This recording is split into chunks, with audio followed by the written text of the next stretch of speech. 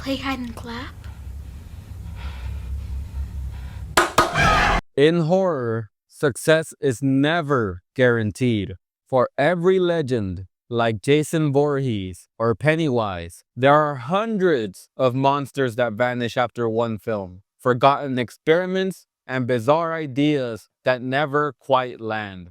But then, there are the exceptions, the outliers, the creatures that should have failed by logic, by design, by marketing, but instead crawled out of their graves and became icons.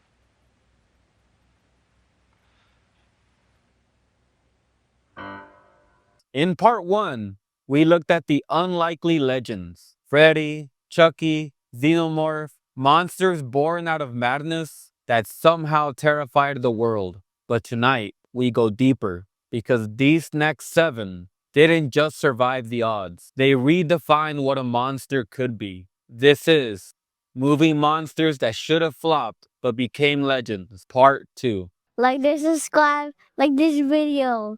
Number 1, Ghostface.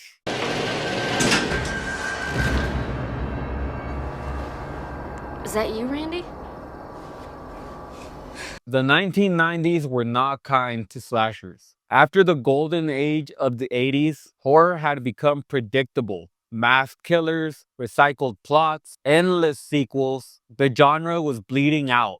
Then came Scream. On paper, it looked like a parody. A guy in a cheap Halloween costume prank calling teenagers. No mythology, no supernatural twist, just a phone, a knife, and a mask. But Wes Craven, already a horror pioneer, and screenwriter Kevin Williamson had a plan. They made Scream self-aware. The characters knew horror movies existed. They made rules, mocked cliches, and then died by them.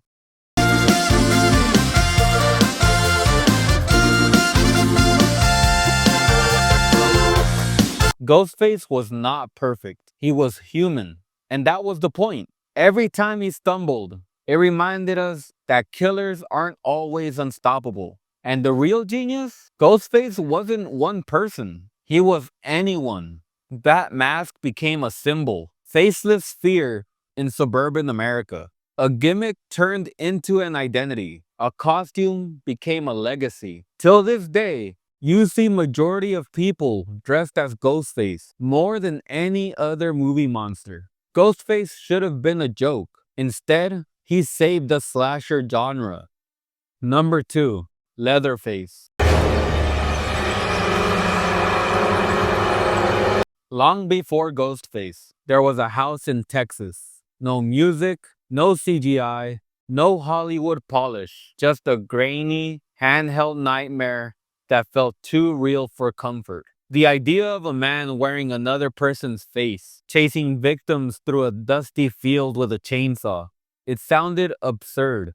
Yet director Tobe Hooper approached it differently. He treated horror like journalism, shot it like a crime scene. The heat, the noise, the chaos, you could smell the movie. Taking inspiration from real-life serial killers Ed Gein and Elmer Wayne Henley, Leatherface didn't speak. He didn't explain. He wasn't the devil. He was a man who'd lost his humanity, a product of family, isolation, and violence. That silence, that awkward confusion when he caught his victims was scarier than any supernatural force.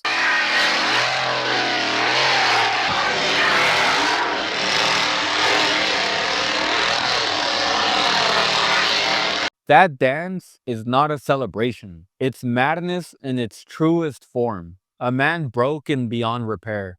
Leatherface should have been laughed off as exploitation trash, but instead, he became the face of raw human horror. Proof that the scariest monsters don't come from hell. They come from home. Number 3, The Creeper.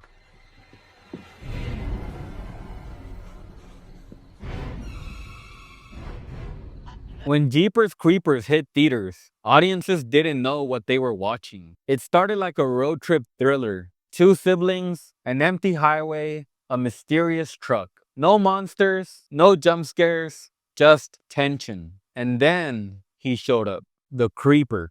A demon that eats body parts to rebuild itself every 23 years. A concept so wild, it sounded destined for B-movie hell. But what made it work was the tone. The creeper wasn't loud or cartoonish. He was methodical. He stalked, he studied, he selected. And that's what made him terrifying. He wasn't random. He smelled fear, watched emotion, and decided who he wanted to costume. His design, that trench coat, those wings, the eerie intelligence, blurred the line between folklore and slasher.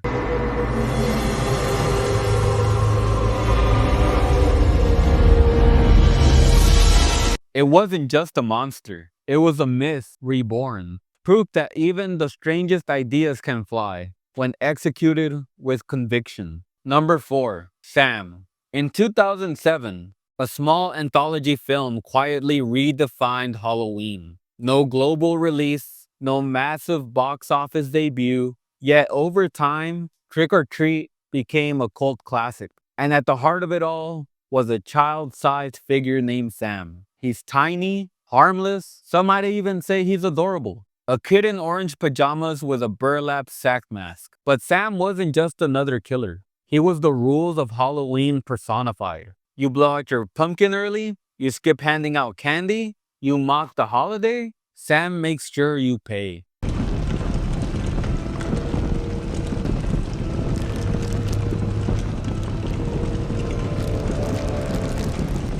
His silence speaks louder than screams. He isn't evil, he's order. And that balance between innocence and brutality made him unforgettable. Sam shouldn't have worked, but he became the spirit of Halloween itself. Not through fear, but through tradition. Number 5. Jigsaw.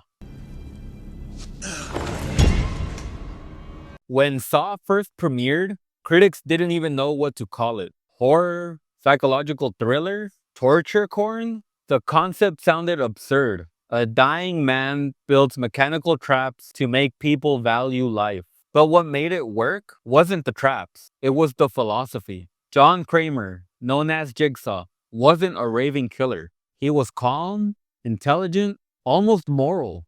He believed pain could bring enlightenment. That suffering revealed truth. Hello, Amanda. You don't know me, but I know you. I want to play a game. That line became iconic because it carried weight, purpose. Tobin Bell's restrained performance turned what could have been campy into something chillingly believable. He wasn't a villain to him. He was a teacher.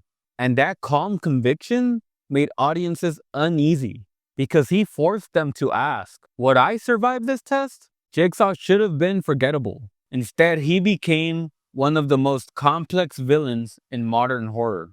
Number 6. The Entity. Sometimes fear hides in simplicity. It Follows begins with an idea that sounds ridiculous. A slow-walking curse that passes through sex. But director David Robert Mitchell understood something most horror films forget. The unknown is scarier than the grotesque. The Entity doesn't sprint. It doesn't scream. It just walks. Patiently, silently, always coming closer.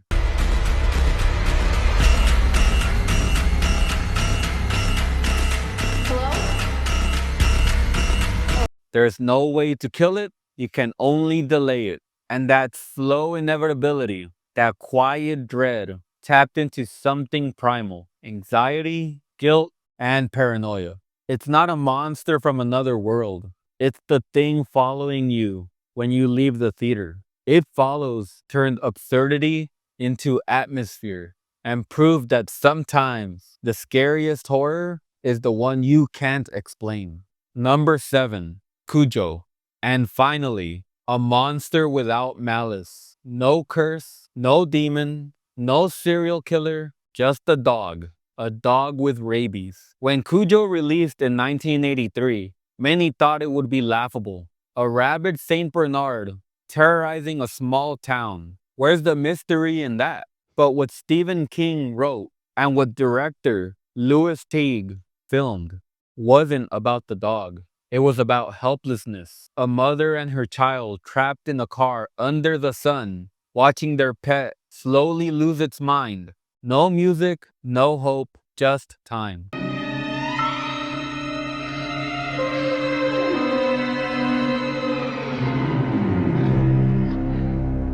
Cujo is not evil. He's what happens when nature breaks, and that's what made it horrifying. Because for once, there was no one to blame. The monster wasn't supernatural, it was reality. That car scene remains one of the most claustrophobic moments in horror history. Not because of blood, but because of desperation. Cujo should have been silly. Instead, he became one of Stephen King's most haunting cautionary tales. So what connects these monsters? They weren't born from special effects or billion-dollar budgets. They were born from risk, something that most horror movies are missing nowadays. They all started as bad ideas until the right people believed in them. And that's why these creatures, these rejects, these outliers didn't just survive. They became legends. Well, that's the video.